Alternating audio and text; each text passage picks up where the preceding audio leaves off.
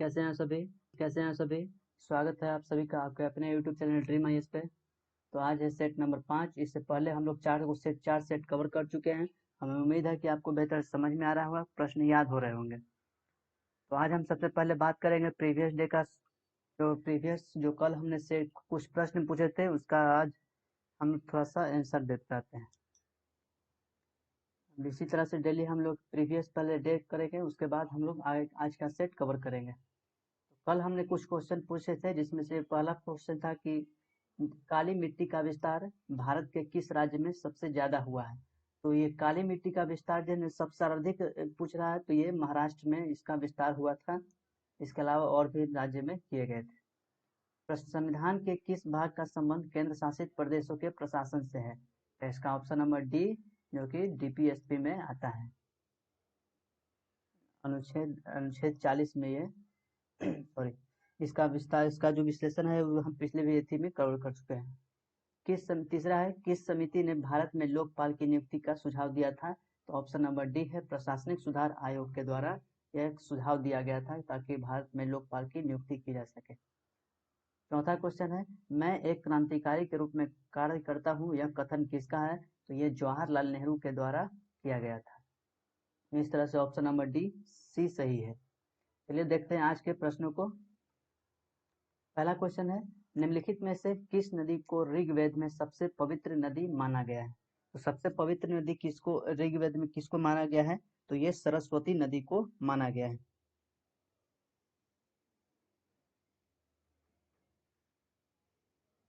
Option number B सही है, ये सरस्वती नदी को ऋग्वेद में सबसे पवित्र नदी के रूप में माना गया है। इसके अलावा गंगा और यमुना का भी उल्लेख किया गया है।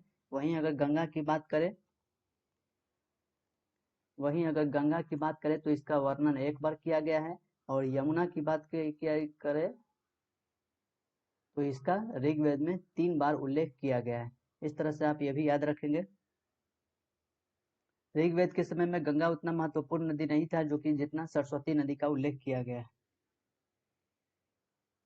प्राचीन भारत में पहला विदेशी आक्रमण किसके द्वारा किया गया था। तो सबसे पहले जो भारत में विदेशी आक्रमण किया गया था वो है हखमनी ईरानियों के द्वारा किया गया था। ईरानियों के द्वारा किया गया था, जो कि एक हखमनी वंश के द्वारा ये किया गया था। हखमनी वंश में आक्रमण तो किया था, लेकिन ये सफल आक्रमण नहीं था, ये एक असफल आक्रमण हुआ था। लेकिन इसके बाद में जब आपसे पूछा जाए कि सफल आक्रमण किसके द्वारा किया गया था, तो डेरियस प्रथम ने किया था। डेरियस प्रथम ने किया था, जो कि एक सफल आक्रमण था।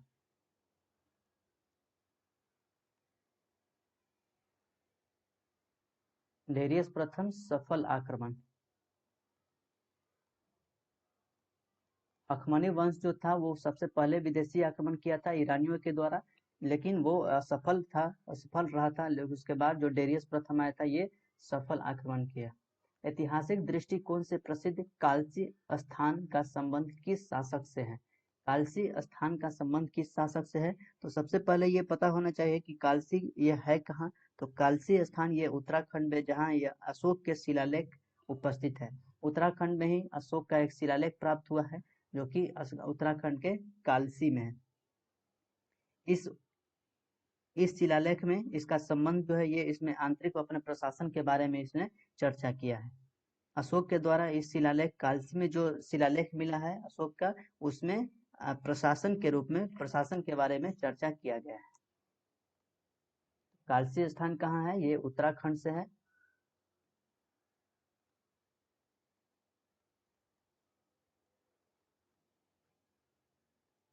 प्रसिद्ध पुस्तक शाहनामा के लेखक कौन है। प्रसिद्ध पुस्तक पुस्तक कहिए या फिर इसको ग्रंथ भी कह सकते हैं कि शाहनामा के जो लेखक किसके द्वारा लिखा गया है। तो ये फिरदौसी के द्वारा लिखा गया है शाहनामा एक ग्रंथ।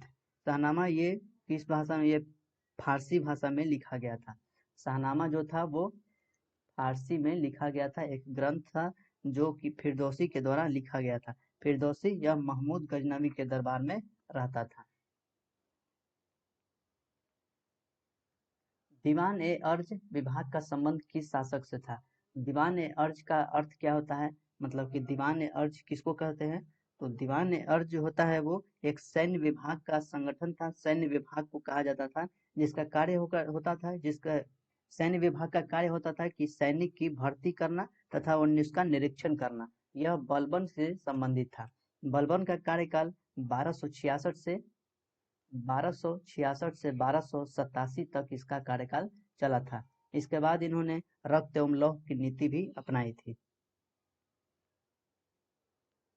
दीवान अर्ज विभाग की शासक से संबंधित है, तो ये बलबन से संबंधित है। यह दीवान अर्ज एक सैन्य विभाग था, जिसका कार्य क्या होता था कि यह सैनिक की भर्ती करता था तथा उसका निरीक्षण किया करता था।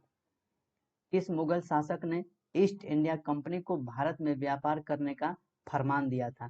तो जब पहली बार भारत में ईस्ट इंडिया कंपनी स्थापित होने वाला था, तो उस वक्त जो भारत में मुगल शासक था वो अकबर का कार्यकाल था। अकबर का कार्यकाल था। लेकिन जब ईस्ट इंडिया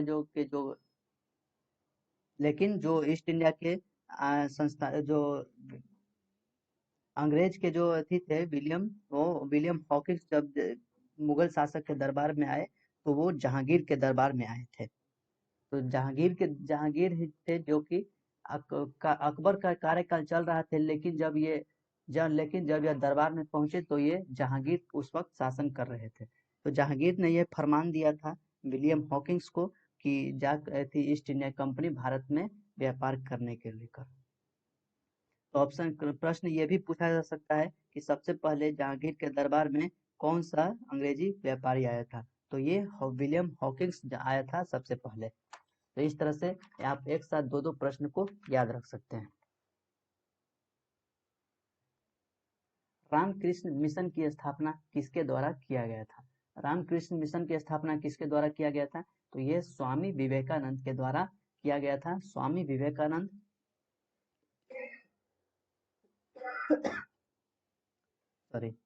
स्वामी विवेकानंद जो थे वो अपने गुरु रामकृष्ण परमहंस के याद में रामकृष्ण मिशन की स्थापना किए थे। निम्नलिखित में से किसने भारतीय संघवाद को सहकारी संघवाद कहा है? तो वो कौन था जिसने भारतीय संघवाद को सहकारी संघवाद कहा था? तो ये किसके द्वारा किया गया था? ये जी ऑस्टिन के द्वारा कहा गया था। जी ऑस्टिन ने कहा था कि भारतीय संघवाद जो है वो एक सहकारी संघवाद। इसके अलावा एक और इसमें प्रश्न पूछा जा सकता है कि केसी वियर जो थे उन्होंने क्या कहा था कि संविधान को अर्ध संघीय कहा था। तो ये इस तरह से आप दोनों प्रश्न याद रखेंगे तो आप कभी कभी इस तरह के प्रश्न में कंफ्यूजन हो जाता है कि भारतीय संघवाद को सहकारी संघवाद किसने कहा, अर्ध संघीय संविधान को अर्ध संघीय किसने कहा? तो ये दोनों अलग अलग हैं। जी ऑस्टिन जिसने भारतीय संघवाद को सहकारी संघवाद कहा, और केसी वियर जो थे वो संविधान को अर्ध संघीय कहा है। ये दोनों तथ्य आप याद रखेंगे। किस संविधान संशोधन द्वारा दिल्ली को राष्ट्रीय राजधानी का दर्जा दिया गया?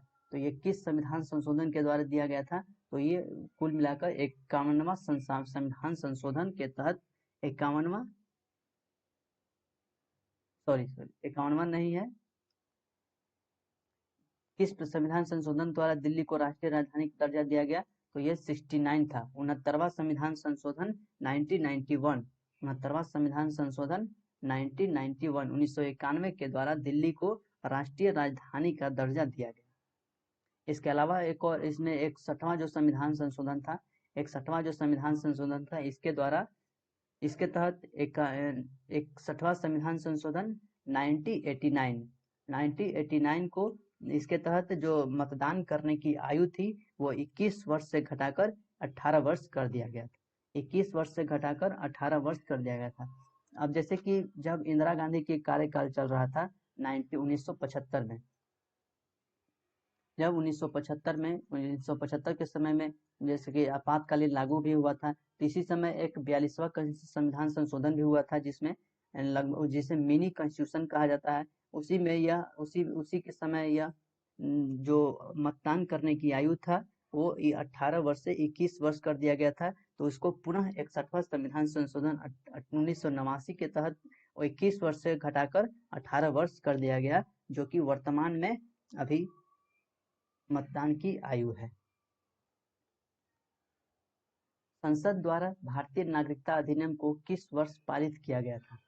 तो संसद के द्वारा जो भारतीय नागरिकता अधिनियम कब पारित किया गया था? तो सबसे पहली बार 1955 में इसको पारित किया गया था। 1955 में इसको पारित किया गया था। इसमें कहा गया था कि इस तरह से इस नागरिकता अधिनियम में कहा गया कि इस 5 प्रकार से नागरिकता प्राप्त किया जा सकता है। इसमें 5 प्रकार के तरीके को बताया गया था, जिसमें कहा गया कि इस तरीके से जैसे कि कोई जन्म के आधार पे जो है उसको नागरिकता प्राप्त हो सकता है, वंश के आधार पर नागरिकता प्राप्त हो सकता है, पंजीकरण के आधार पर उसको नागरिकता प्राप्त दिया जा सकता है, देशीकरण से भी किया जा सकता है और भूमि अर्जन से भी उसको नागरिकता दिया जा सकता है। तो इसमें से कुल मिलाकर 5 प्रकार के नागरिकता का वर्णन किया गया था। जन्म से, वंश से, पंजीकरण से, देशीकरण से और भूमि अर्जन से।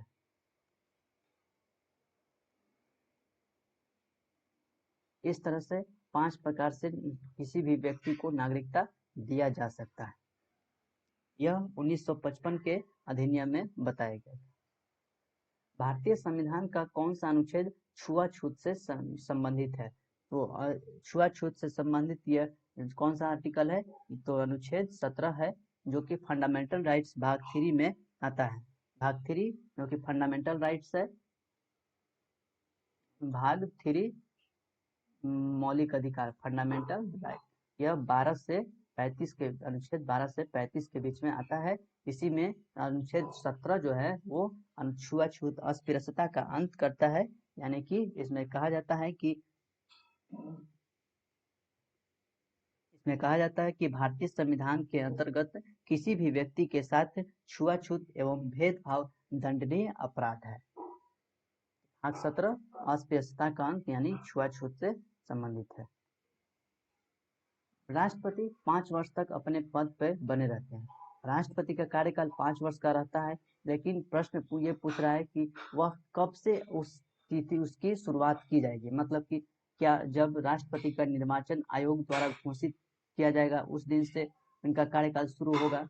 अपने निर्वाचन की तारीख जब निर्वाचन करेंगे, निर्वाचन इनका होगा उस वक्त से, उस दिन से इनका कार्यकाल शुरू होगा। अपने पद ग्रहण करने के दिन से होगा, या इनमें से कोई नहीं। तो ऑप्शन नंबर सी सही है। जब राष्ट्रपति को निर्वाचन किया जाता है, निर्वाचन आयोग के द्वारा चुना जाता है, तब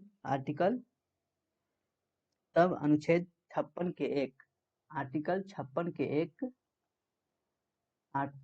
56 के सब क्लाउज 1 में यह कहा गया है कि राष्ट्रपति के पद ग्रहण से उनका कार्यकाल शुरू हो जाता है। जब राष्ट्रपति पद ग्रहण करते हैं, तब उसी दिन से इनका कार्यकाल शुरू हो जाता है, अगले 5 वर्ष की अवधि तक। वर्तमान में 14वें राष्ट्रपति रामनाथ कोविंद। इससे पहले जो 13वें थे वो प्रणब मुखर्जी थे। अंतर्राज्यीय परिषद का अध्यक्ष निम्न में से कौन होता है? अंतर्राज्यीय परिषद का अध्यक्ष निम्न में से कौन होता है? तो सबसे पहले अंतर्राज्यीय परिषद क्या होता है, इसके बारे में आप समझेंगे। अंतर्राज्यीय परिषद का जो अध्यक्ष होता है वो प्रधानमंत्री होता है। प्रधानमंत्री एक केंद्र एवं राज्यों के बीच समन्वय स्थापित करने के लिए अंतर्राज्यीय परिषद के अध्यक्ष होते हैं, या केंद्र एवं राज्यों के बीच या राज्यों एवं राज्यों के बीच में एक संबंध को स्थापित करने के लिए अंतर्राज्यीय परिषद का अध्यक्ष होते हैं प्रधानमंत्री। इसके अलावा ये अनुच्छेद 263, ये आर्टिकल 263 में आप याद रखेंगे। 263 में ये बताया गया है कि प्रधानमंत्री अंतर्राज्यीय परिषद का अध्यक्ष होते हैं। इसके अलावा प्रधानमंत्री नीति आयोग, राष्ट्रीय एकता परिषद, राष्ट्रीय विकास परिषद और राष्ट्रीय जल संसाधन परिषद के भी अध्यक्ष होते हैं। प्रधानमंत्री सिर्फ प्रधानमंत्री नहीं होते हैं, वो अंतर्राज्यीय परिषद के अध्यक्ष होते हैं, नीति आयोग के अध्यक्ष होते हैं, राष्ट्रीय एकता परिषद के अध्यक्ष होते हैं, परिषद के अध्यक्ष होते हैं और राष्ट्रीय जल संसाधन परिषद के भी अध्यक्ष होते हैं।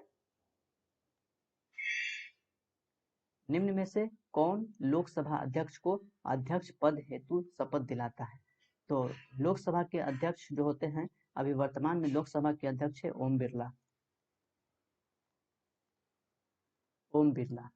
तो जब लोकसभा के पद के लिए शपथ लेते हैं, तो उनका शपथ कौन दिलाता है? तो इनमें से उपयुक्त में से कोई नहीं, कोई नहीं है। मतलब कि जब कहने का अर्थ ये हुआ कि जब लोकसभा के अध्यक्ष पर शपथ लेते हैं, तो उनका लोकसभा का अध्यक्ष जो है वो शपथ नहीं लेते हैं। कहने का मतलब ये हुआ कि जब लोकसभा का अध्यक्ष बनने से पहले वो एक क्या होते हैं, सांसद बनते हैं, और सांसद बनते हैं तब जाकर वो शपथ लेते हैं। उसके बाद उनमें से जितने भी सांसद होते हैं, उनमें से एक अध्यक्ष के लिए उनको चुना जाता है। तो इस तरह से लोकसभा के जो अध्यक्ष जैसे कि ओम बिरला हुए, तो जब ये ओम बिरला अध्यक्ष पद के लिए चुने गए, तो इन्होंने शपथ नहीं लिया था। इन्होंने शपथ कब लिया? जब यह सांसद बने तब इन्होंने शपथ लिया था। तो इसका अर्थ ये हुआ कि जब कोई भी लोकसभा अध्यक्ष अपने पद के लिए, जब कोई भी लोकसभा अध्यक्ष जब अध्यक्ष पद के लिए चुना जाता है, तो वो क्या करते हैं, शपथ नहीं लेते हैं। इसके अलावा लोकसभा अध्यक्ष जो है वो सिर्फ अपना त्याग पत्र देते हैं उपाध्यक्ष को अपना त्याग पत्र देते हैं, यह शपथ नहीं लेते हैं। शपथ किस रूप में लेते हैं? एक सांसद के रूप में लेते हैं।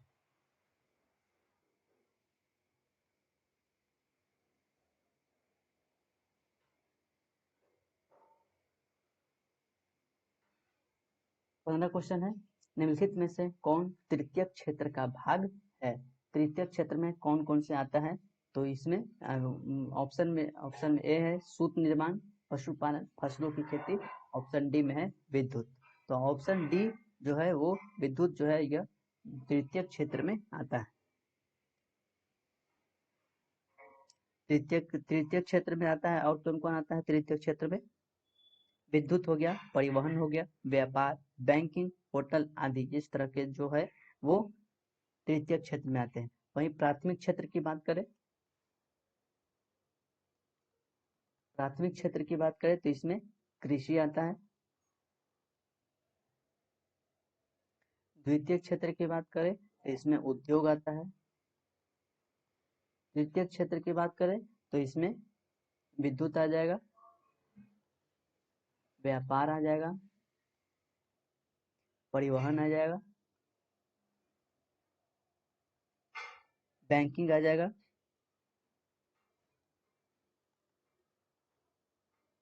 और होटल वगैरह भी आ जाएगा।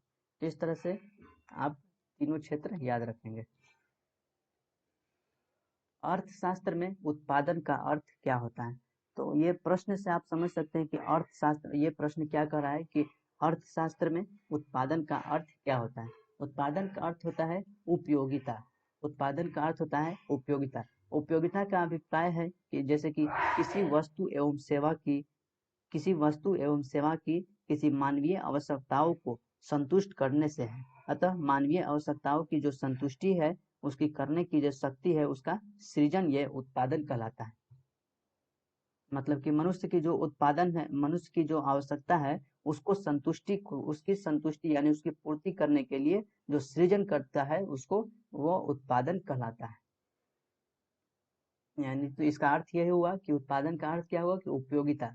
मतलब कि उत्पादन वही चीज हो सकता है जिसको जो मनुष्य के द्वारा उपयोगिता में लाया जाता है। क्षेत्रीय ग्रामीण बैंक की स्थापना किस समिति की सिफारिश पर की गई थी? क्षेत्रीय ग्रामीण बैंक की जो स्थापना हुई थी, मतलब कि जब क्षेत्रीय ग्रामीण बैंक की स्थापना हुई, तो वह किस समिति की सिफारिश पर किया गया था? तो ये नरसिम्हन समिति की सिफारिश पर किया गया था। ऑप्शन नंबर सी है नरसिम्हन समिति के सिफारिश पर 1975 में 1975 में इसकी स्थापना किया गया था। 1975 में इसकी स्थापना किया गया था। किस वर्ष वन्य जीव संरक्षण अधिनियम कब पारित किया गया था? किस वर्ष वन्य जीव संरक्षण अधिनियम पारित किया गया था? तो ये 1972 में इसको पारित किया गया था। 1972 में वन्य जीव संरक्षण अधिनियम लाया गया। इसके अलावा 1980 में का वन संरक्षण अधिनियम आया था। वन संरक्षण अधिनियम, वन संरक्षण अधिनियम। इसके अलावा 1986 में पर्यावरण संरक्षण अधिनियम लाया गया था।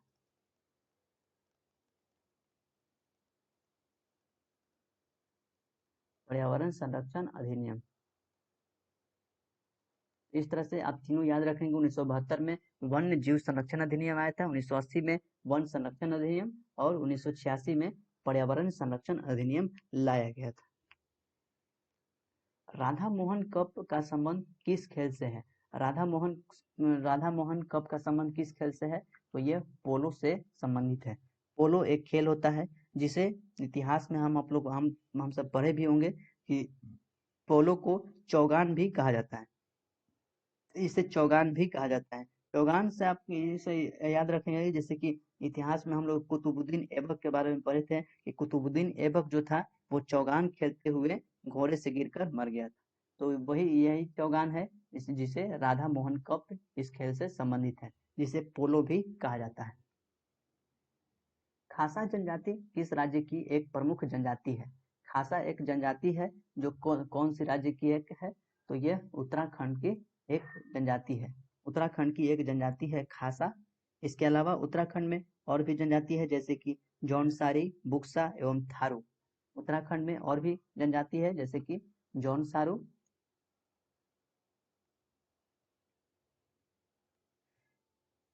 जौनसारी, बुक्सा, थारू।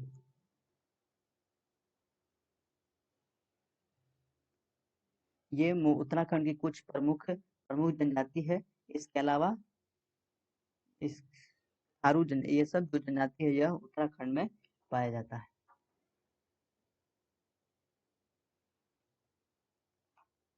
ककरापारा परियोजना किस नदी पर स्थित है? तो ककरापारा परियोजना जो है यह एक जल विद्युत परियोजना है जो ताप्ती नदी पर स्थित है। ताप्ती नदी पर स्थित है काकरा परियोजना, जो किस प्रकार की परियोजना है? जल विद्युत परियोजना है। डफला एवं आबोर की पहाड़ी निम्न में से किस राज्य में स्थित है? डफला एवं आबोर की पहाड़ी यह कहाँ है? तो यह अरुणाचल प्रदेश में स्थित है। अरुणाचल प्रदेश में डफला एवं आबोर जो है एक पहाड़ी है जो कि स्थित है। इसके अलावा डफला और आबोर के अलावा मिरी मिश्मी पहाड़ी भी अरुणाचल प्रदेश में स्थित है। मिरी और मिश्मी पहाड़ी भी स्थित है। ये एक हो गया, ये दो हो गया, तीसरा में हो गया मिश्मी, और एक चौथा भी है जिसे मीरी पहाड़ी भी कहा जाता है। इसके अलावा और भी पहाड़ियाँ होगा जो हम आपको जो प्रमुख है वो हम आपको बता दिए। इसके अलावा एक मिकिर पहाड़ी भी है। मिकिर पहाड़ी भी है। यह अरुणाचल प्रदेश में नहीं है, यह कहाँ है? असम में है। यह असम में मिकिर पहाड़ी है। मिरी पहाड़ी जो है वो अरुणाचल प्रदेश में है। किस देश के घास के मैदान को पंपास कहा जाता है? तो पंपास जो घास का मैदान है वो किस देश में पाया जाता है? तो ये अर्जेंटीना में पाया जाता है। अर्जेंटीना में जो घास का मैदान है उसे पंपास कहते हैं। इसके अलावा ये जो हम एटलस में भी आपको बताए थे, इसके अलावा डाउन्स जो होता है वो ऑस्ट्रेलिया में होता है। ऑस्ट्रेलिया में कौन सा है घास का मैदान?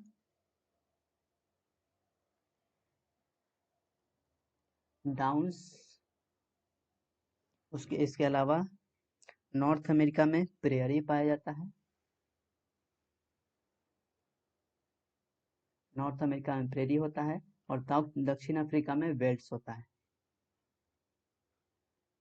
ये सब हम एटलस में भी बता चुके हैं। जैसे कि प्रेरी जो घास का मैदान है वो अपलेशियन पर्वत और रॉकी पर्वत के बीच में पाया जाता है। इसे नरभक्षी भी कहा जाता है।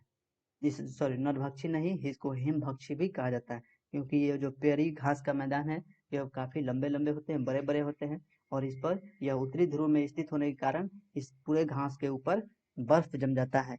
और यही जब प्रेरी घास का एक जो जलधारा भी आती है, हवाएं भी चलती है, जो कि इसे हिम को खत्म करता है, और ये हिमभक्षी भी कहा जाता है। तो अर्जेंटीना में कौन सा घास का मैदान है? पंपास कहा जाता है। जापान का डेट्राइट किस शहर को कहा जाता है? जापान का एक डेट्राइट शहर है, उसको वो किस लिए जाना जाता है? जापान का जो डेट्राइट है वो किस शहर को कहा जाता है? तो ये नागोया को कहा जाता है। नागोया जापान में एक शहर है जो कि डेट्राइट के लिए जाना जाता है। डेट्राइट के लिए जो ये जहाज निर्माण के लिए जाना जाता है। इसका अर्थ हुआ जहाज निर्माण के लिए यह नागोया जो है वो जाना जाता है। इसके अलावा वही मैनचेस्टर की बात करें तो ओसाका, जापान के ओसाका को कहा जाता है। ओसाका को जापान का मैनचेस्टर कहा जाता है, या पूर्व का मैनचेस्टर कहा जाता है, क्योंकि जापान पूर्व में स्थित है। हुजा घाटी निम्नलिखित में से किस हिमालय का भाग है? हुजा घाटी किस हिमालय का भाग है? तो जैसे कि पता है कि चार प्रकार के हिमालय हैं, ट्रांस हिमालय, बृहद हिमालय, मध्य हिमालय और शिवालिक हिमालय। तो जो ये हुजा जो है यह ट्रांस हिमालय का भाग है। ट्रांस हिमालय की एक प्रमुख घाटी है ट्रांस, ये हो गया मध्य, सॉरी बृहद, ये हो गया मध्य और ये हो गया शिवालिक। इस तरह से चार प्रकार की ये जो हिमालय है, जब हम लोग एटलस में भी पढ़ेंगे आगे। इसके अलावा ट्रांस की जो हिमालय है उसमें हुजा जो हम पढ़ रहे हैं, इसके अलावा नुब्रा शिगार भी यहाँ की प्रमुख क्या चीज घाटी है। इसके अलावा यहाँ इसकी सबसे ऊंची चोटी है वो केटू है। ट्रांस हिमालय की सबसे ऊंची चोटी जो है वो केटू है। तो इस तरह से हम लोग ने 25 प्रश्न को देखे। हमें उम्मीद है कि ऑप्शन नंबर कौन सा होगा, ये ट्रांस हिमालय, ऑप्शन नंबर 20 सही होगा। इस तरह से हम लोगों को उम्मीद है कि आप लोगों को समझ में आया होगा। वीडियो को लाइक और शेयर जरूर करिएगा। आज का जो प्रश्न है वो आपको इसका जो आंसर इसका कमेंट में आपको बताना है। पहला क्वेश्चन है, निम्न में से कौन सा कण रक्त में नहीं पाया जाता है? दूसरा है, पादप जगत में निम्नलिखित में कौन सा मुख्य घटक है? 1942 में राजेंद्र प्रसाद को गिरफ्तार करके किस जेल में रखा गया था? चौथा है, निम्नलिखित में से कौन पारिस्थितिकी तंत्र का अजैविक घटक नहीं है? तो ये आपको ये कल के प्रश्न का सेट है। कल सेट नंबर 4 का ये प्रश्न है। तो आपको इसका जो है आंसर बताना है कि आपको कमेंट में इसका ऑप्शन बताना है क्या होगा। तो इसी तरह से हम लोग आगे भी बढ़ते चलेंगे। आज कुल मिलाकर आज 5 सेट हो गए। हमें उम्मीद है कि आपको बेहतर तरीके से समझ में आया होगा। और कल संडे है और कल 15 अगस्त भी है, तो कल भी आएगा, कल भी सेट आएंगे। और जो कल मिलाकर टोटल 6 सेट हो जाएंगे। और कल ही यानी कि संडे को ही टेस्ट लिया जाएगा। 1 2 6 6 सेट। ये को 9 बजे के 9 PM में सेट होगा। ये टेलीग्राम ग्रुप में होगा। यदि आप भी टेस्ट से जुड़ना चाहते हैं तो हमारे टेलीग्राम ग्रुप से चैनल पर जाकर के वहां से जुड़ सकते हैं। तो वीडियो को लाइक और शेयर जरूर करिएगा। चैनल पर नहीं तो सब्सक्राइब कर दीजिएगा। इसके साथ ही बड़ों का आदर करें, छोटों को प्यार करें और अपना व्यक्तित्व इस तरह से बनाएं ताकि महिलाएं आपके साथ सुरक्षित महसूस करें। मिलेंगे हम लोग नेक्स्ट वीडियो में, तब तक के लिए जय हिंद।